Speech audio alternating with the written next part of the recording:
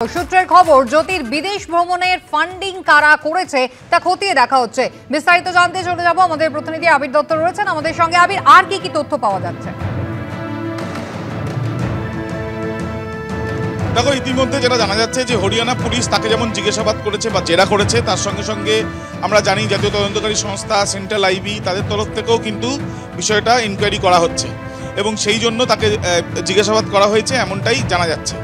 কিন্তু তার মোবাইল থেকে বেশ কিছু ভিডিও এমন পাওয়া যাচ্ছে যে এই ভিডিওগুলো সন্দেহভাজন, এমনটাই তদন্তকারীরা মনে করছেন। তার কারণ যেটা দেখা যাচ্ছে যে কাশ্মীর এবং তার সঙ্গে লাদাখের সীমান্তবর্তী বিভিন্ন জায়গার এমন কিছু ছবি রয়েছে বা ভিডিও রয়েছে যেগুলো দেখে তাদের অনুমান বা তারা পর্যবেক্ষণে যেটা উঠে আসছে সেটা হচ্ছে যে যারা সীমান্ত রক্ষা বাহিনী তাদের মুভমেন্ট, রেডার সিস্টেম, একাধিক বিষয়ের ছবি সে তোলার চেষ্টা করেছে। কিন্তু সেই ছবিগুলো তোলার পেছনে কারণ কি? দ্বিতীয়ত, তারা এটাও মনে করছেন যে তার মোবাইলের যে ক্লাউড স্টোরেজ রয়েছে সেখানে বেশ কিছু ভিডিও বা ছবি রয়েছে যে ছবিগুলো সন্দেহভাজন। এবং রাজস্থান যে ভারত পাকিস্তান সীমান্ত, সেখান থেকেও বেশ কিছু ছবি তোলা হয়েছিল। এই ছবিগুলো তোলার পেছনে কারণ কি? একদিকে যেমন এইটা তারা দেখার চেষ্টা করছেন, সমান্তরালভাবে এত যে বিদেশে সফর, সেই বিদেশ সফরের ফান্ডিং কোথা থেকে টাকা পেল সে, অন্য কেউ কি তাকে টাকা দিচ্ছিল বা পাকিস্তান থেকে সরাসরি সে টাকা পেয়ে কি এই বিভিন্ন বিদেশে যাচ্ছিল? এই বিষয়গুলোও কিন্তু খতিয়ে দেখা হচ্ছে।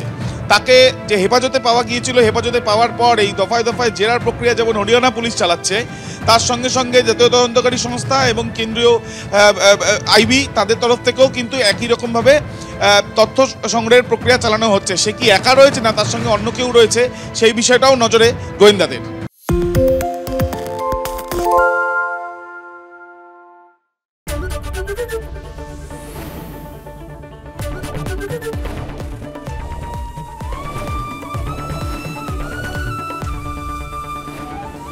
এবিপি আনন্দ, এগিয়ে থাকে, এগিয়ে রাখে। পালিয়েছে তাই নাকি? রাত্রে বাংলা গুজব চায় না, বাংলা খবর চায়। বাংলা খবর, বাংলার খবর।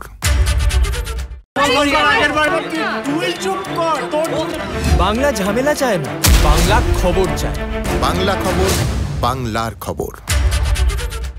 সত্য অন্তহীন, সত্যের খোঁজও তাই, সত্য সন্ধানে তাই আমরা অক্লান্ত, অকুতভয়। এবিপি আনন্দ নতুন ভাবনার প্রতীক, যা মনে মুক্ত, তথ্যে যুক্ত এবং যাবতীয় সীমানার বাঁধন থেকে মুক্ত।